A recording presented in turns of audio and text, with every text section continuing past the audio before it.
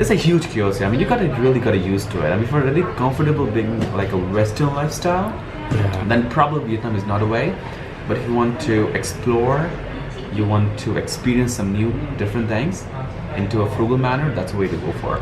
It can be like very overwhelming for you because like everything is like really fast and like really hectic. I think like the most important thing here, you have to get to know the people, to know the culture. Hey Sam, what are you doing? Let's go for a movie. Like, no man, I'm not going into with motorbike and stuff. And he was like, okay man, just go ahead, take rest as well. So, and the worst thing ever, the police took their motorbike keys, and these guys frigged like hell. I'm like, what's gonna happen? You know, and the police demanded $2 million each. Wondering about life abroad, especially in Asia? Then consider subscribing to the channel and hit the notification bell for more videos like this. Videos that give you some different perspectives and answers your questions about life abroad, especially in Asia. What were your expectations before you moved here? I expected meeting new people from all over the world and improving myself in terms of business. Yeah. What was your image of Saigon or Vietnam? Saigon. Yeah, before. I hadn't been here before I moved to Vietnam, but I have many Vietnamese friends, and I heard Ho Chi Minh City is very crowded and very developed place. Did you have any difficulties with adjusting to life here? Yeah, for me the food, because I like food that's filling, so I like heavy food, and here the food is very light. It's rice, noodles. That's a good point. That's kind of what I difficult adjusting to. For me, when I came here, I started working in a hostel, so I was going from my student life to working in a hostel, so it was completely different experience. But I adjust fast, so it was not. I didn't have a culture shock. Also because I've been in Asia before, so that helped me like make sure that I didn't get a culture shock. What are some difficulties that you had with adjusting to life here? Actually, nothing. Nothing, really? Wow, that's amazing. Yeah. So you didn't have like any culture shock or surprise? Yeah, only one thing is that many cafe, like new cafe or restaurants, close very quick. Like for only 3 or 4 months. Right. It could be less than that. So it was very surprising for me. What were some things that you found difficult to adjust to when you first lived here? I would say number one would be immense toxic air and the pollution. You also have to wear this fucking mask every single day. Right. And it's kind of bothering me because I'm not used to the mask as well. That's number one. Number two, the nasty drivers around the street. They're waving through the traffic. They're gonna hit you from the back, left, right. You never know it. You just got it right. That's kind of the worst thing ever. Especially be careful with the truck drivers. A lot of accidents been happening lately. Oh, that's a good point. I'm glad you brought that up. And also, there's one American who died because of the accident. It's 3 months ago. Yeah. He was driving around the lane, and there's a massive truck who was taking a right. He was driving straight ahead, and the problem with the truck drivers is they're actually doing a lot of they're driving for a long hour, but they're mentally pretty sick and tired, right? Right. So oftentimes they do like rush driving and so on and so forth. They don't care much about especially the motorbikes one. And what happens was he was driving straight, and the truck turns right, and he gets under the truck and spot dead. Yeah. So that was like the worst thing that Yeah, I'm glad that you brought that up, because that's actually a bigger thing than most people think. Because, for example, I just met this guy recently at a cafe, and he actually got in a pretty serious accident with a drunk driver. And he showed me pictures like where his face is like all bloody on the side and stuff. Yeah. And it was actually after the big soccer match at 10 p.m. and he was just heading home and got hit by the drunk driver guy. This is like the worst thing ever. A lot of people is with drunk and drive, and a lot of people don't even give a shit about it. They just drive fast, nasty. They don't even give what's happening left and right. Never follow the rules. So you gotta be very careful with that as well. Yeah. That's like the worst thing ever. Okay. That's been happening. What would you say, how many months or how much time did it take you to finally feel adjusted or like more comfortable living here? To me personally, it took me almost like 6 to 8 months. Yeah. 6 to 8 months. Me But there are too. other people like I have a couple of British friends who been here for like almost a year or two, but still can't get fully adjusted by it. Yeah. Because it depends where you are. Because I've been working and living around the place from Asia to Europe to States, so I'm kind of getting used to it. But still, Vietnam, and especially with the mask thing and the traffic and every single thing, when you don't have public transportation, that's gonna be the worst. It's kind of makes life very chaotic. Yeah, I agree.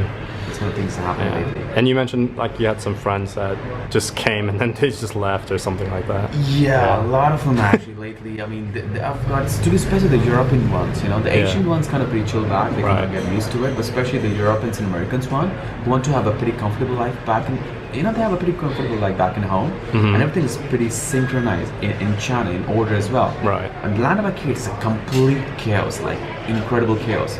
And the people, the place, the traffic, especially the police down the road. A lot of people got so fucked up.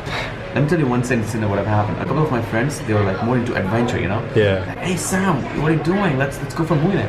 Like, no man, I'm not going into with motorbike and stuff. And he was like, okay man, just go ahead, take rest as well. So what they do is they rented 2 motorbike, 4 people. Yeah. They start driving from Ho Chi Minh City to Mune with the Google Map, right? Yeah. They've got everything's done as well, and there's a couple of policemen who just stop them in between. That's a famous stop, for there policemen. you go. Near the sand dunes. Yeah, I heard about that. And they stop Very them. famous. And these guys don't speak Vietnamese.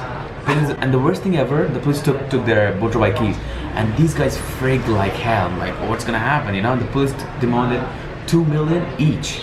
2 million each. Wow. Even though the guy have got an American license, but the police comes up with this stuff. Where's your insurance? Where's your international they license, find a all this way. stuff, shit, Right. And he demanded 2 million. And I guess these 2 guys are new to this place. You don't know much about it. Yeah. And for them, it's like $100. So they give 2 million each. So they give like $200 to the police because they've got the keys. And this is what exact words what he told me. Once he gave the money, the police was like, "Oh, sir, have a great, bye-bye." He was like, "What the hell has just happened?" Yeah. These kind of things kind Oh of my more. God. It's a huge curiosity. I mean, you really gotta used to it. I mean, if you're really comfortable being like a Western lifestyle, then probably Vietnam is not a way. But if you want to explore, you want to experience some new, different things into a frugal manner, that's the way to go for. Things about scams here. Do you have any experience with that, like scamming? Yeah, I did experience a couple of them when my early first month or two. And a lot of my friends have been through it lately. Let me tell you one incident happened. I've got this guy, a couple of my friends who was from Switzerland. So they were going for a traveling here. So they land up actually in Hanoi, and then after we plan to meet up in Ho Chi Minh City, right? Right. So they land up there. They right after the airport, they got into a cab, like a random cab on the street. And because he was new, right? He wasn't much aware of the notes and stuff, right? Right. He gave 500K, and the bill was like, I guess like 230, and the guy gave him back, returned the fake notes. Well, he was new, he had no fucking idea what it was. He thought like, okay, that was it. Took it back and then realized, oh, that was fake. Yeah. That's one of the popular scams that's been happening lately. Not much popular in Ho Chi Minh City, but it happens to him in Hanoi. Yeah. Number 2, be aware with your belongings, especially with the phones and stuff. Phone snatching, bag snatching happening more often, right?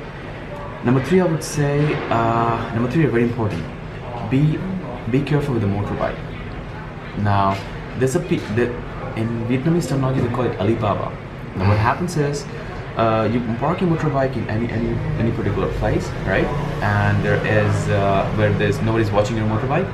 And I've heard a couple of my friends, especially even the Vietnamese friends have told me that. And after like few minutes, it's gone, like instantaneously. There are a lot of people who's kind of these robbers and snatchers is every possible way, especially in the big cities like Ho Chi Minh City and now in Da Nang, especially with the foreigners. Yeah. You gotta watch out the belongings, motorbike as well, and gotta be careful, where you're going, where you're watching, and watch out the place and stuff. And 3, and most important, always try to negotiate and bargain. That's a good one. That is very important, especially whenever they saw a foreign face, especially the white face. Like, oh, these guys so fucking rich. Okay, and the price is like, for example, the tea costs like maybe not in a big restaurant, but like small style place, maybe cost like 10,000 dong. If you're a foreigner, maybe you have to pay like 30,000 dong. Yeah. Because for him, it's like so fucking cheap. That happens more often lately. You know? Good. You know? Do you have any advice for someone who's coming here to work, do business, or live here in Saigon?